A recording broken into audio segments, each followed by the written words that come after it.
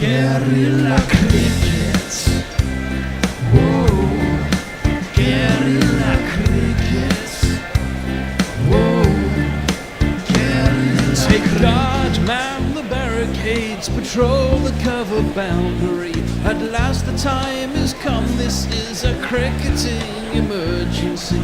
Hear this call to arms for every cricket revolutionary. Take up your bats and stumps for the test match insurgency. At first they tried to silence us, but we would not be silenced. They threatened us with lies, so we threatened them with violence. Che Guevara, Sangakkara, Joseph Stalin, Douglas Jardine, Robespierre, Darrell Hare, Vladimir Lenin, O'Brien Kevin. Guerrilla cricket. It's not about the winning, it's about how many rules you break. Even in cricket commentary, this is the best advice to take.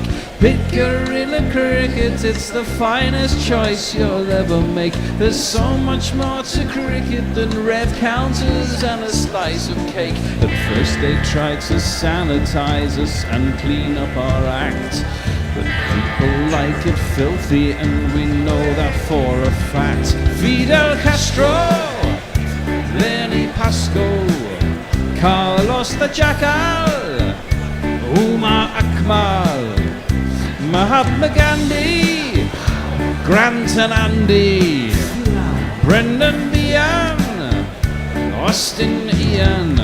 Guerrilla cricket. Stick with us, cause you know we're not the kind of thing that you see on the TV and the radio. So vive la revolution. First they tried to buy us, but we would not be bought. Okay, we were, but then we ran away, and we will not be caught. We would not give up the ghost when they left us all for dead. They decapitated us, but we just grew another head. Chairman Mao, Jamie Howe, Ho Chi Minh, Asif Din, Václav Havel, Graham Saville, No Surrender, Percy Fender, Che Guevara, Sangakkara, Joseph Stalin, Douglas Jardine, Robespierre, Darrell Hare, Vladimir Lenin, O'Brien Kevin. Guerrilla cricket. Welcome to Guerrilla Cricket and to Old Trafford for this third and final ODI between England and India. Things are pretty well balanced. Bumrah and Shami blew England away at the Oval. Reece Topley decimated India's reply at Lord's. So now we are in Manchester for the denouement of what has been, as a bilateral series go, quite an enthralling contest. The Morganless Mott era has rather stuttered at the start for England. Josh Buttler won't want to start his reign with 2 home series defeats. India don't often come away from an away multi-format series without a defeat in at least one format, but they could do that with a win here today. I'm Tony Bishop, and with me are the co-host of the Can't Bowl, Can't Throw podcast, Kat Jones. Hello, and I'm here with lots of dogs, actually. This is Bobbin. It's like she was just on my shoulder trying to eat my hair, which is what she does most of the time. Oh, Lord. And a man who probably can bowl and can throw, but possibly not as far or as fast as he used to. It's Messi Jez. I'm a little disturbed, Tony. Welcome. You put up a post on WhatsApp saying these are the runners and the riders for today on commentary, and I thought, ride? That's not going to happen. Well, I'm going to sit. There you are. You probably don't need to do either, Messers, to be fair. Right, shall we go quickly through the toss and team news, which is a bit surprising, actually. Surprising in that the toss was, well, not surprising that Rohit won the toss, but surprising that he elected to field, and we'll come on to that when we have a little chat in a minute. Let's give you the team changes. We'll start with India. No Jasprit Bumrah. He's gone out to the same field that about 27 England quick bowlers are in. Just for a little while though, he had a back spasm, and I think they're protecting him. So Sharma, Shikhar Dhawan, Virat Kohli, Surakumar Yadav, Rishabh Pant, Hardik Pandya, Ravindra Jadeja, Mohammad Shami, Mohammad Siraj comes in for Bumrah, Yuzvendra Chahal and Prasidh Krishna. For England, they go as printed, as originally expected.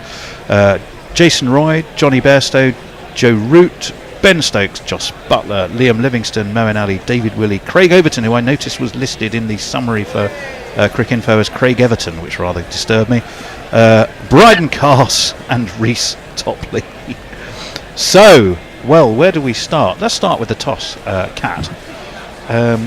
Teams batting first have won 8 of the last 9 ODIs at the venue. Typically, I think it's about 270 odd is the average first innings score, particularly sort of through the World Cup.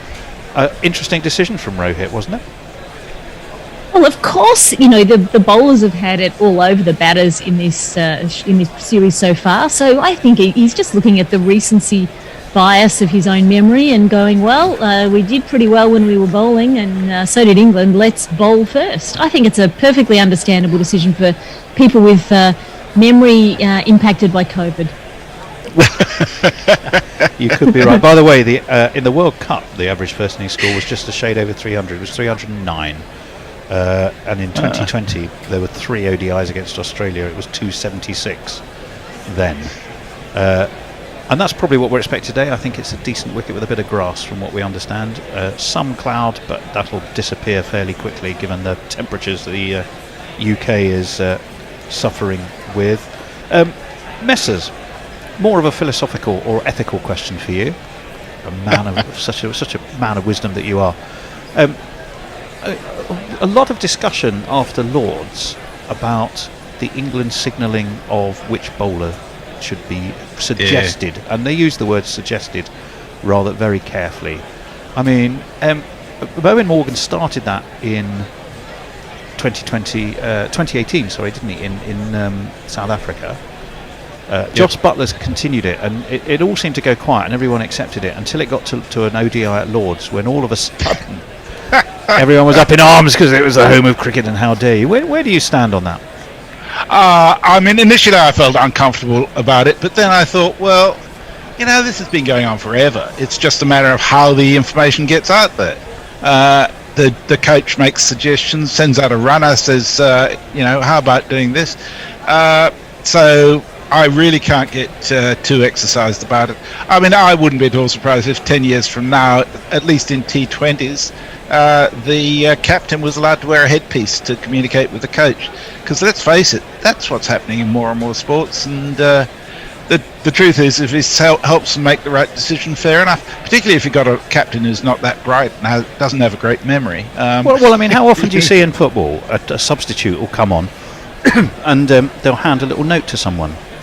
Yeah, exactly. I mean, I'm assuming it's not a reminder to buy a couple of pints of milk and some marmalade on the way home. So, it's, as you rightly say, it takes different forms. But it's the only thing, Kat, I would... Oh, we've lost our monitor already. Oh, God, bear, Jesus.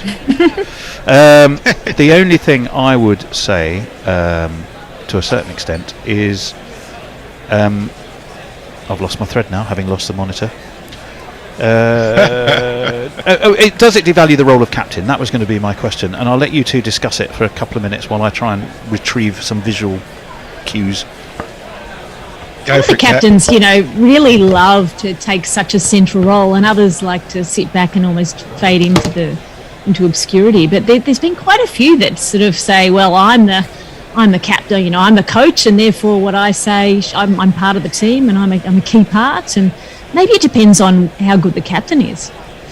Well, I kind of like the image in my mind of when the coach puts up a sign on the balcony saying, bowl Joe Jones, and the captain doesn't, and gets back in the pavilion, and the coach says, what the hell were you doing? I told you to bowl Jones, and the captain basically said, well, you can get fucked, I'm the captain.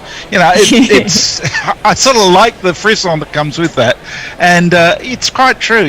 Coaches are going to play a part in the game all the time, but at the end of the day, it's the guy on the field who actually makes the calls.